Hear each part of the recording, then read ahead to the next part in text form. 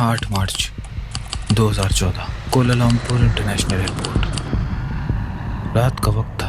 Terminal के अंदर कुछ लोग अपने लव्ड वंस को गुड बाय कह रहे थे। कुछ पैसेंजर्स अपनी सीट्स ढूंढ रहे थे।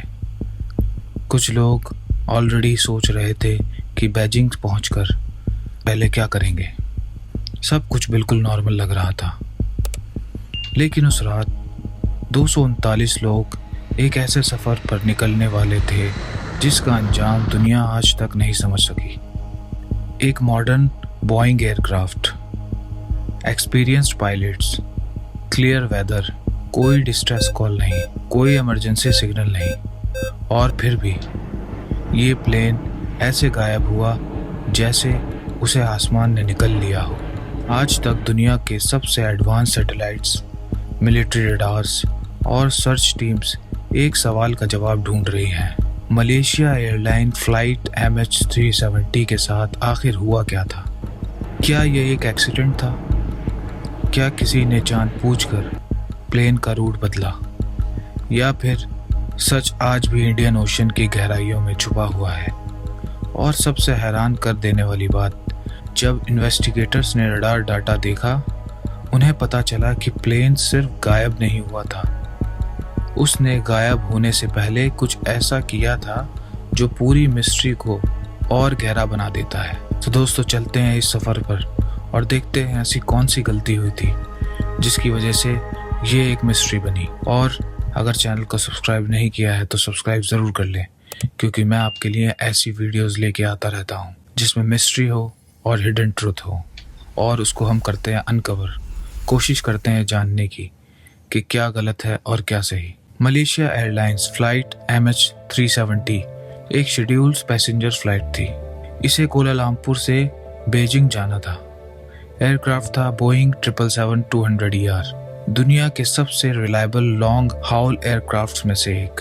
कॉकपिट में कैप्टन ज़ाहिरिया अहमद शाह मौजूद थे, एक एक्सपीरियंस्ड पायलट जिनके पास हज़ारों फ्लाइट्स आवर्स का तजुर्बा था। सब सिस्टम्स नॉर्मल रिपोर्ट कर रहे थे। फ्यूल सफिशिएंट था, वेदर काम था। ऐसे में किसी को कोई वजह नज़र नहीं आती थी कि ये फ्लाइट हिस्ट्री के सबसे बड़े एविएशन मिस्ट्री बन सकती है। 12:41 एयरक्राफ्ट रनवे से टेक ऑफ करता है। प्लेन धीरे धीरे क्लाउड्स के ऊपर चढ़ने लगता है। कैबिन क्रू सर्विस की तैयारी कर रहे थे। पैसेंजर्स अपनी स्क्रीन्स देख रहे थे और कॉकपिट में सब कुछ रूटीन लग रहा था। लेकिन फिर लगभग 38 मिनट्स बाद एक ऐसा मोमेंट आया जो पूरी इन्वेस्टिगेशन का सेंटर बन गया। 1:19 प्लेन मलेशिया के एयर स्पेस से निकलकर वियतनाम के कंट्रोल एरिया की तरफ जा रहा था। एयर ट्रैफिक कंट्रोल ने पायलट्स को हैंड्स ऑफ इंस्ट्रक्शन दिए। यह एविएशन में एक रूटीन प्रोसेस होता है, कैप्टन ने जवाब दिया, और फिर कॉकपिट से कुछ आखिरी अल्फाज सुनाई दिए। Good night Malaysian 370। बस इतना ही। कोई पैनिक नहीं, कोई इमरजेंसी नहीं, कोई अनयूजुअल बात नहीं। लेकिन कुछ ही मिनट्स बाद एयर ट्रैफिक कंट्रोलर्स ने कुछ नोटिस किया। एयरक्राफ्ट रिस्पॉन्ड नहीं कर रहा था। उन्होंने दोबारा कांटेक्ट करने की कोशिश की, फिर से और फिर से, लेकिन जवाब नहीं दिया गया। शुरू में किसी ने ज़्यादा टेंशन नहीं ली। कम्युनिकेशन इश्यूज कभी कभी हो जाते हैं। लेकिन फिर रडार स्क्रीन्स पर कुछ अजीब नज़र आया, और इसी जगह से मिस्ट्री सच में शुरू होती है। इन्वेस्टिगेटर्स को बाद में मिलिट्री रडार डाटा मिला, और जो उन्होंने देखा उसने सबको शॉक कर दिया। प्लेन सीधा बीजिंग की तरफ नहीं जा रहा था, उसने अचानक टर्न लिया था, एक बहुत बड़ा टर्न, और फिर वापस मलेशिया की तरफ मुड़ गया था। सवाल ये था, किसने? ऑटो पायलट ने, पायलट ने, या और कोई था? और सबसे बड़ी बात, अगर कॉकपिट में इमरजेंसी थी तो पायलट ने मेडे कॉल क्यों नहीं दी?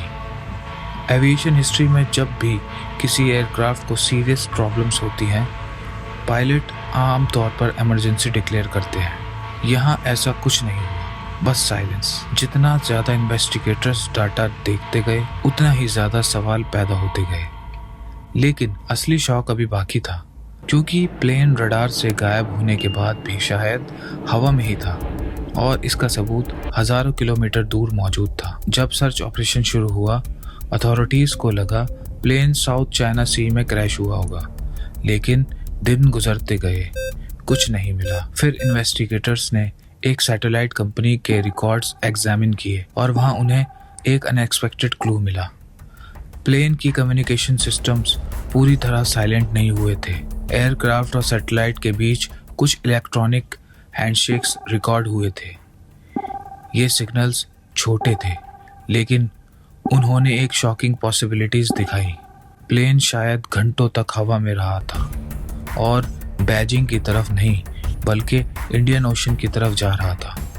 अब मिस्ट्री और भी गहरी हो चुकी थी, क्योंकि अगर प्लेन इतनी देर तक उड़ रहा था तो कॉकपिट में क्या हो रहा था? 239 लोगों के साथ आखिर क्या हुआ और एयरक्राफ्ट उस रूट पर क्यों गया? अब दुनिया भर की गवर्नमेंट्स एक्टिवेट हो गई। ऑस्ट्रेलिया, मलेशिया, चाइना, यूएसए सब मिलकर सर्च ऑपरेशंस में लग गए। शिप्स, एयरक्राफ्ट, सोनर सिस्टम्स, अंडर वाटर रोबोट्स, अरबों रुपए खर्च किए गए। इंडियन ओशन के हजारों स्क्वायर किलोमीटर्स स्कैन किए गए।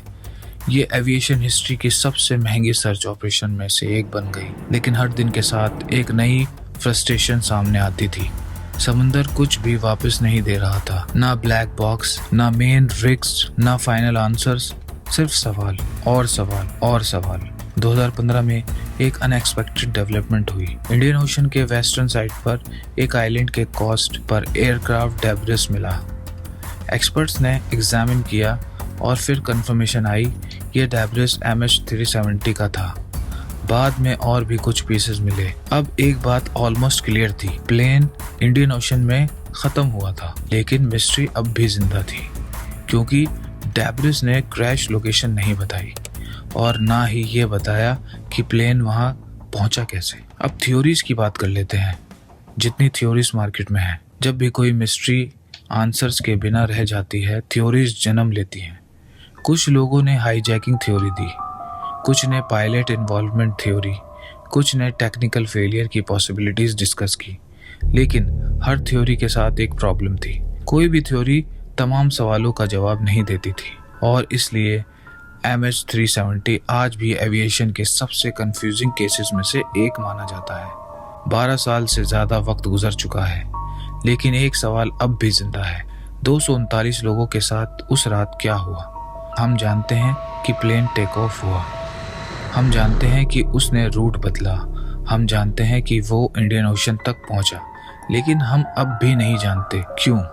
और कभी कभी मिस्ट्रीज की सबसे डरावनी बात ये नहीं होती कि जवाब शॉकिंग है, बल्कि ये होती है कि जवाब मौजूद ही नहीं है। MH370 हमें याद दिलाता है कि टेक्नोलॉजी कितनी भी एडवांस हो जाए, आसमान और समुंदर अब भी कुछ राज अपने पास छुपा कर रख सकते हैं, और शायद ये उन्हीं राजों में से एक राज है। तो दोस्तों, अगर आपको समझ में आता है कि MH370 के साथ क्या हुआ तो कमेंट करके ज़रूर बताएं। मिलते हैं नेक्स्ट वीडियो में एक और नई मिस्ट्री के साथ। तब तक के लिए अल्लाह हाफिज़।